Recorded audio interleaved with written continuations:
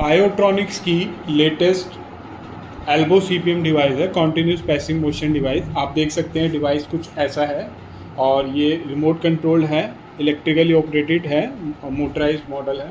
आप देख सकते हैं मैं पेशेंट को ऑलरेडी स्ट्रैप कर चुका हूँ। ये एरिया मैंने स्ट्रैप कर दिया, ये एरिया मैंने स्ट्रैप कर दिया। अब पेशेंट का एल्बो जो है इस एल्बो सीपीएम पे है।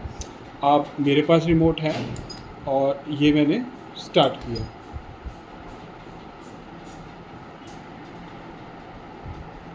आप देख सकते हैं मैंने स्टार्ट पे क्लिक किया तो ये इस तरीके से एल्बो का पैसिव मोशन हो रहा है और ये अपोजिट डायरेक्शन में एक्सटेंशन हो रहा है। तो पैसिवली ये जो है डिवाइस मोशन करवा रहा है जब एल्बो इंजरी के बाद स्टिफनेस है या मूवमेंट पूरी नहीं है और कोई भी एल्बो की प्रॉब्लम है फिजियोथेरेपी से रिलेटेड। तो ये कॉन्टिन्यूस पैसिव मोशन मशीन है।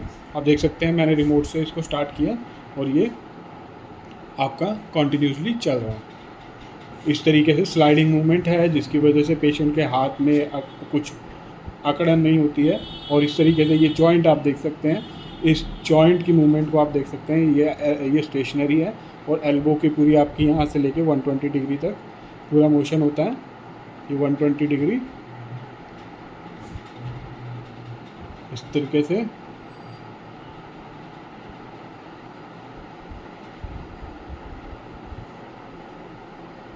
ये इस तरीके से यहाँ पे रुकता है।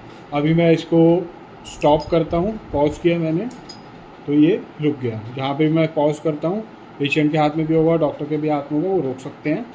और उसके अलावा ये तो कॉन्टीन्यूसली मैंने स्टार्ट स्टॉप किया, मशीन अपने आप कर रही है। अगर मैं चाहता हूँ या डॉक्टर चाहते हैं कि मेरे को मोशन अपने हाथ में रखना है, पेशेंट चाहता है अपने हाथ में रखना है, तो इस तरीके से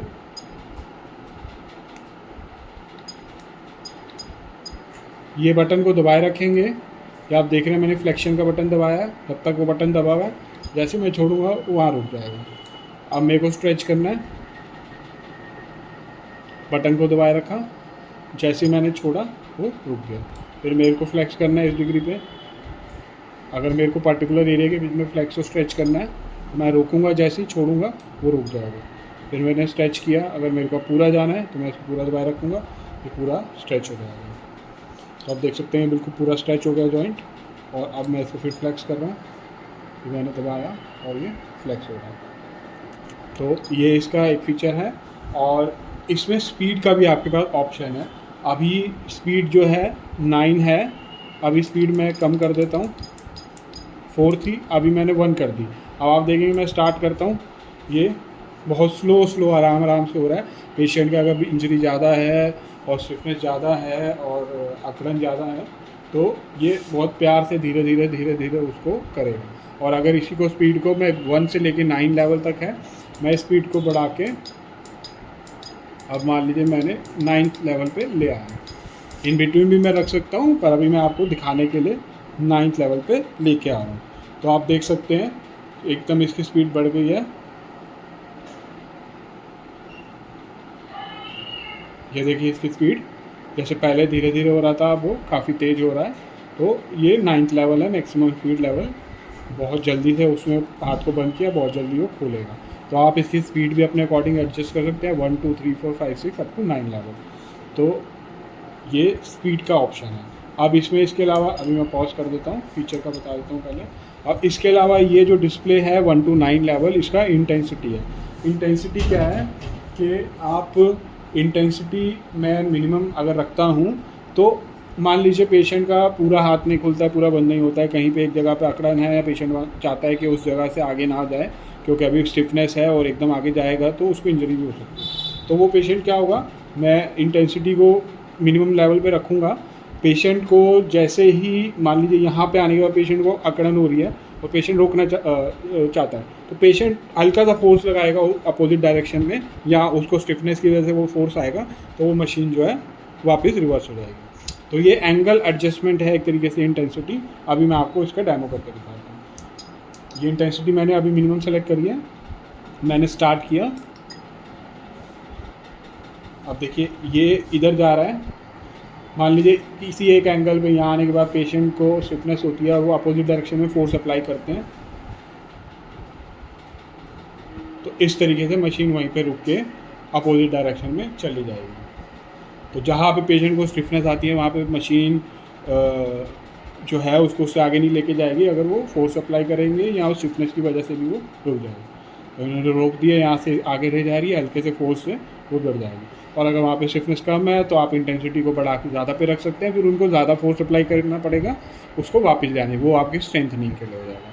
ये अभी है कि अगर उनको बिल्कुल इंजरी है और वो आगे नहीं जाना चाहते, स्टिफनेस ज़्यादा है, तो इस तरीके से एंगल एडजस्टमेंट हो जाएगा। जहाँ पे वो हल्का सा फोर्स अप्लाई करेंगे मिनिमम इंटेंसिटी में रख के, वहाँ से वो रिवर्स मोशन में चली जाएंगे। तो ये पूरा रिमोट कंट्रोल है, मोटराइज है, और आपने देख लिया इसका फीचर, और काफ़ी ही इनोवेटिव टेक्नोलॉजी है। ज़्यादा सब कुछ इसमें कवर किया है हमने, और हर एक चीज़, हर एक पोर्शन इसमें कवर हुआ है।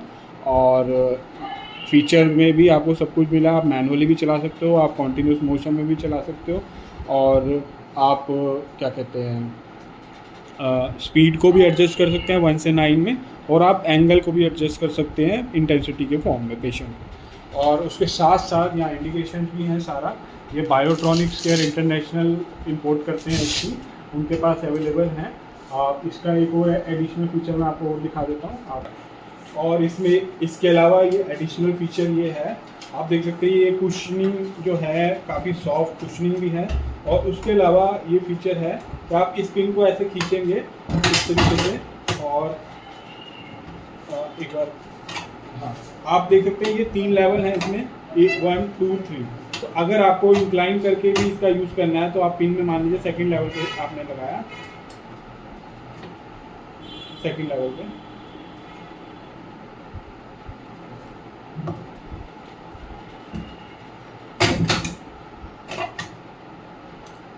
तरीके से सेकंड लेवल पे आपने लगा लिया, और उसके बाद आपका इंक्लाइनेशन एंगल में इस तरीके से मोशन भी नहीं। तो सारे के सारे फीचर एक कॉम्पैक्ट डिवाइस में हमने इसमें ऑफर करे हैं, वो भी रिमोट कंट्रोल हैं। तो आप बायोट्रॉनिक्स केयर इंटरनेशनल से कांटेक्ट कर सकते हैं इसके लिए, हम इसके इम्पोर्टर हैं। और आप डिस्क्रिप्शन जो है उसमें आपको कॉन्टैक्ट नंबर और सब उसमें सारी डिटेल दे दी गई है। Thank you for watching.